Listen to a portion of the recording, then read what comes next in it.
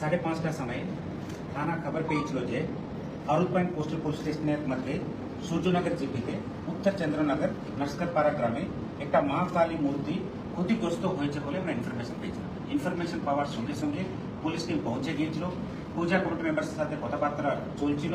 পূজা committee members প্রথমে মেনে নিয়েছিল যে আমরা বিসর্জন করে নেব, তারপরে আপনাদেরকে কমপ্লেন দেবো, আপনারা সঙ্গে সঙ্গে অ্যাকশন নিয়ে নিন আর এক্সপ্রেসলি অ্যারেস্ট করে দিন বলে। কিছুক্ষণ পরে অবাঞ্ছিত লোক ওর ভিতরে ঢুকে গেছিল। ওর ভিতরে ঢুকে গিয়ে লোকেরা বেশি হয়ে গেছিল বা আলাদা গ্রামের থেকে চলে এসেছিল। তারপরে মূর্তিকে, মা কালী মূর্তিকে ওখান থেকে ন্যাশনাল হাইওয়ের উপরে নিয়ে চলে গিয়েছে। ন্যাশনাল হাইওয়ের উপরে নিয়ে চলে গিয়ে ওখানে কমপ্লিটলি রোড ব্লকেট করে দিয়েছে। দেখুন, রোড ব্লকেট করে দিয়েছে। আমরা additional SP zonal, additional SP headquarter, SDPO, DSP সমস্ত পুলিশ ফোর্স আমরা মানে পাঠিয়ে দিয়েছিলাম। অ্যান্ড যারা বিক্ষোভকারী যারা আছে ওদের সাথে আমরা কথাবার্তা চলেছিলাম। অ্যান্ড আমরা ওদেরকে কন্টিনিউসলি কনভিন্স করতে চাইছিলাম। দু পক্ষে থেকে ন্যাশনাল হাইওয়ে, ডায়মন্ড হারবার রাস্তা, ন্যাশনাল হাইওয়ে পুরোটা ব্লক হয়ে গেছিল। রাস্তার ভিতরে অনেকগুলো অ্যাম্বুলেন্সেস আটকে গেছিল, পাবলিক লোকেরা আটকে গেছিল দু পক্ষে থেকে। যখন আমরা ওদেরকে রিকোয়েস্ট করতে চাইছিলাম, প্রোটেস্টার্স একটু উত্তেজিত হয়েছিল, হাতে লাঠি ছিল অ্যান্ড স্টোন পেল্টিং শুরু করে দিয়েছিল।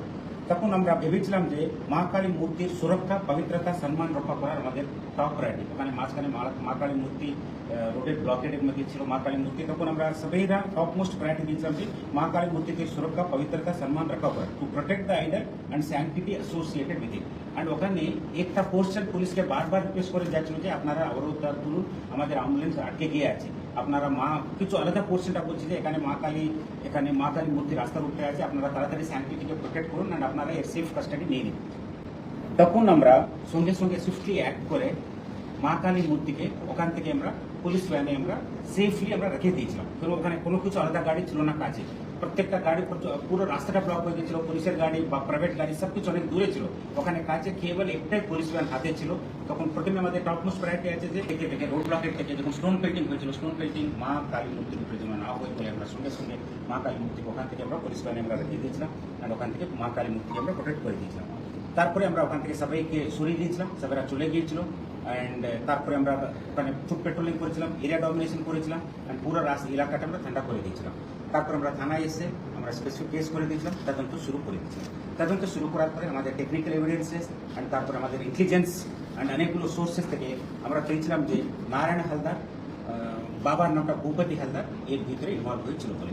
আমরা তারপরে রাত্রি একটা বড় টিম গ্রামে পাঠিয়েছিলাম। গ্রামে পাঠিয়ে রেড করে আমরা নারায়ণ হালদারকে আমরা গ্রেফতার করে দিয়েছিলাম। গ্রেফতার করার পরে থানাতে নিয়ে এসে আমরা কন্টিনিউসলি জিজ্ঞাসাবাদ করেছিলাম। উনি ভুল স্বীকার করে নিয়েছিলেন যে এই কাজটা উনি করেছিলেন। অ্যান্ড আরও আমরা জিজ্ঞাসাবাদ চলছে অ্যান্ড আমরা এখন কোর্টে ফরওয়ার্ড করছি।